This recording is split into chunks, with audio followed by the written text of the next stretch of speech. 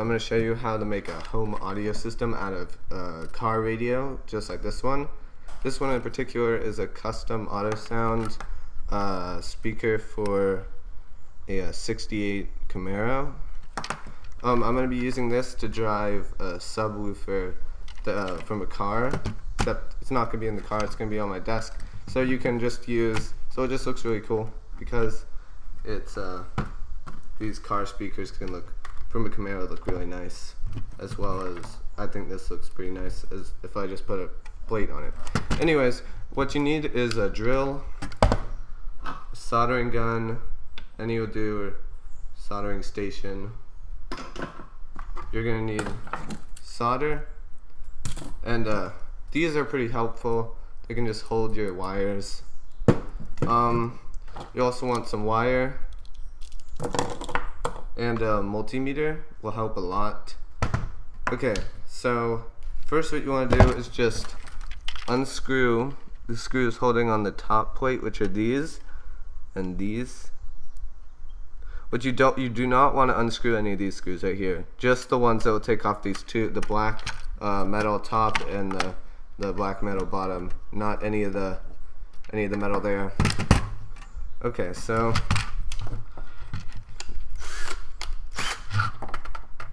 I'm just going to be using a drill, but it's pretty easy. You can just use a screwdriver. It might be kind of difficult because some of them have Loctite on them, they're made just so the screws don't rattle out. But I've taken mine apart before, so it's pretty easy. But it should be no problem to do by hand.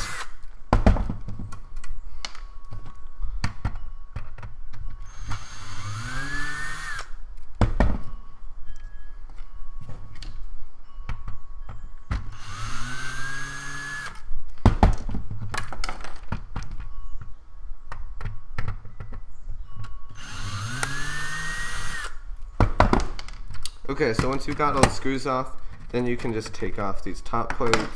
There might be some paper in here, just take that out, flip it over, take off the other top, and then just put these aside. You won't be needing them for a bit. Okay, so here's the inside, here's the back. Now I've soldered wires right here, and these go to positive, negative, and then there's usually ignition. So I don't know if you can see this, but under these two wires right here, about right there, there's two pins or little dots that you have to short out in order for the car or for the radio to start. This is usually just on a real car, it will just tell whether the ignition has been turned, if the car's on or not. Alright, so what you want to do, firstly, you can look for something that says, if it focuses, I don't know if you can see that. It says, right here, it says GND. Anything that says GND, that's ground. That's your negative wire. That's your black wire. And then with that, what you can do is you just get your multimeter. Doesn't have to be fancy again. Just it has to have this option. That is this one. So it's the one with the little speaker thing right there, and it should be on your DC, which is the long line and then 3 dash lines, and this just tests for resistance. So I'm gonna prop this up. So what you're gonna do is you're gonna take, doesn't matter which end, just touch it to the negative ground and then find somewhere. So right there is where if you just touch it to the one, try all the pins here. So I haven't shown you this, but there's a connector right here with a bunch of pins, and that goes to right here. And under these wires there's a bunch of pins there. So just test all those, but usually, almost always in a car radio, the outside case all around there, that will be ground. That will be black wire. That will be where you solder your ground wire to, which in this case is this wire right here. And on this radio in particular, I don't know if this is on all radios, but it's just soldered right to the case, as you can see right there. And also I could tell because there's a lot of metal. There's huge lines of there's just a big trail where ground goes, because there's a lot of voltage that has to go to ground. Anyways, positive voltage or the positive end is much more difficult to find. Usually it's above the pin for ground, but not always. So what I had to do is I had to find what looked like a voltage regulator, which is this thing right here. Then it's very, very difficult to see sometimes, but you just Google this. In this case, it is a L7805CV. And then I just looked that up. I looked at the data sheet for that. So just look up whatever that was, data sheet, or anything that basically looks like this. Just look that up. And I found that the middle one is ground, and then I don't remember which one, but one of these two pins on the sides of these were input and output. So what you do is you find the input, and then I put my probe on the input line or I flipped it over actually, and I found where it connects right to the board, which is right here. Those three dots. Then just go through that, and then just check all these pins. So I already know which one it is, and I've soldered a wire there. But just mark those wires, remember them, write them down, and then what you want to do is you want to solder wires to those two.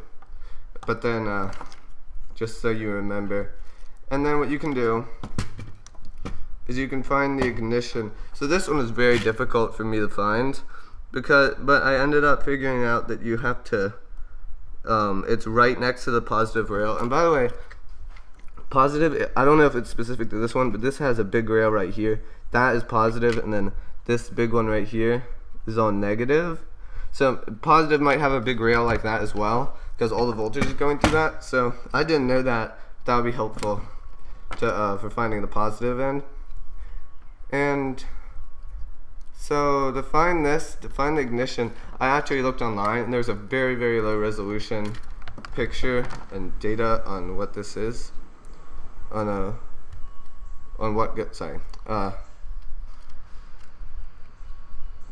Got distracted. Okay. On what colors these were and what they led to, but it was so low resolution I could not tell the wires apart. But one thing I did see was kind of able to make out was the ignition wire actually. So then I just found it on here, and if you short that to the positive end, which is, if you can see what I've done here with this little one right here. So you just short that to the positive rail, and what I've added is just a switch. And this switch is actually interesting because well, I've wired it to also be the ignition, but then when I turned the ignition off, the radio still ran, which is very weird. I don't know why that happened. So what I did is the black wire is going through the positive. Is that right? Yes. No, the black wire is the ignition switch. So this one goes to this wire right here. It's on the ignition little dot, and then the other side of this connects right to the positive rail.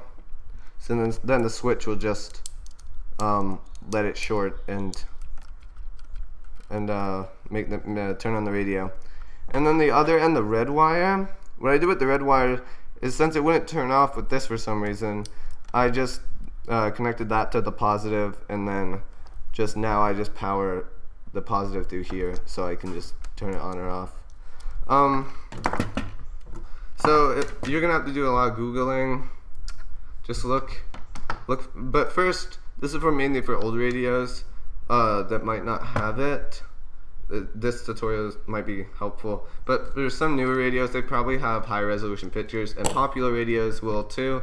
So make sure you look for those first before doing this, because that would save you a lot of time. But this is from the 60s and is pretty old. Well, this isn't this is not an actual radio from the 60s, but it's one that will work with the 60s car, and it's very uncommon. It's actually for this car right here, which is very old, and you're not going to find many high quality electronic diagrams in that. So that's about it. And so what you do here in most cars, I'm pretty sure all cars, you just use a 12-volt power supply. So those we usually find them on laptops or laptop chargers or car batteries, obviously. Yeah, just look around, try to find something that supplies 12 volts, and then you can just hook it up to these to the wires here, and the radio should turn on if you've done everything correctly. Yeah, and this radio has these here. Sometimes cars, you can also do the speakers right through the plug if you would like. I just use these because they're way easier to use. That's about it. So work on pretty much any car radio. Just make sure you look up if there's a data sheet or anything that could help you first, because it might just be as simple as buying a connector and just plugging it in. Like, they could sell it as like an adapter, so you could just plug it into the wall. Who knows?